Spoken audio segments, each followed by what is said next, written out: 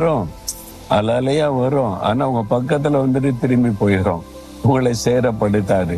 இம்மட்டும் வா, இதுக்கு மேல வராத, என் பிள்ளைகளை தொடாதன்னு கர்த்தர் சொல்லிடுவார்ல. அதுக்கு ஒரு கரையை ஆண்டவர் குறித்து வச்சிருக்கிறார். பிறகு எதுக்கு நீங்க பயப்படுறீங்க?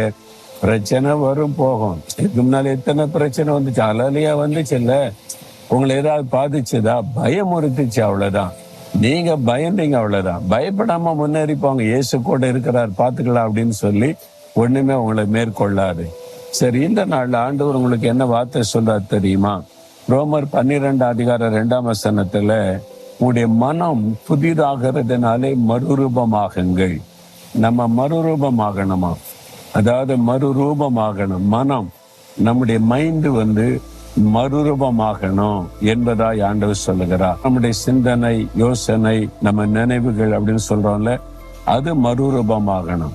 சிலருடைய